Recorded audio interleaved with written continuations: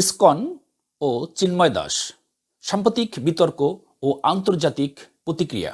ISKCON নেতা চিন্ময় কৃষ্ণ দাসকে গ্রেপ্তার ঘিরে সাম্প্রতিক সময় বাংলাদেশ ও ভারতের বিভিন্ন মহলে আলোচনা ও বিতর্ক শুরু হয়েছে। চিন্ময় দাসের বিরুদ্ধে রাষ্ট্রদ্রোহ ও সাম্প্রদায়িক উস্কানির অভিযোগে মামলা হয়েছে। এ ঘটনার পরিপ্রেক্ষিতে দুই দেশের সরকার, বিভিন্ন রাজনৈতিক দল এবং আন্তর্জাতিক সংগঠনগুলো তাদের প্রতিক্রিয়া জানিয়েছে। বাংলাদেশের প্রতিক্রিয়া। বাংলাদেশ পুলিশ জানিয়েছে, চিন্ময় দাস রাষ্ট্রবিরোধী কার্যক্রমে যুক্ত ছিলেন এবং তার বক্তব্য সাম্প্রদায়িক সম্প্রীতিক বিঘ্ন করতে পারে। পুলিশের গোয়েন্দা শাখা ডিবি বলছে, তার কার্যক্রম দেশের নিরাপত্তার জন্য হুমকি হয়ে উঠেছিল।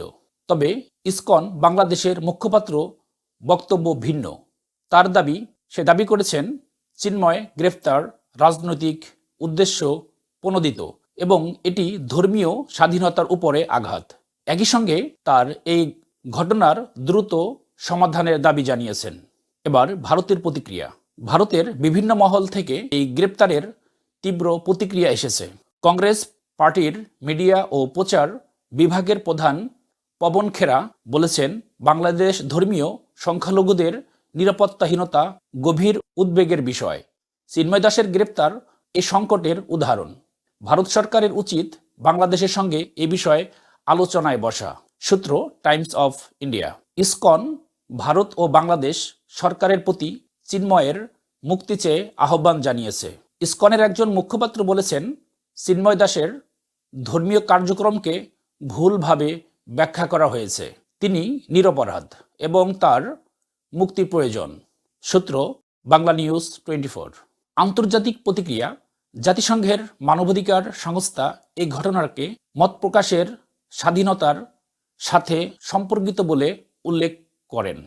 তারা বাংলাদেশের কাছে এই বিষয়ের ব্যাখ্যা চেয়েছেন। চিন্ময় দাস ও ইসকনকে ঘিরে সাম্প্রতিক এই বিতর্ক ধর্মী ও রাজনৈতিক সম্পর্কের উপর প্রভাব ফেলছে। বাংলাদেশের সরকার বলছে এটি জাতীয় নিরাপত্তার প্রশ্ন।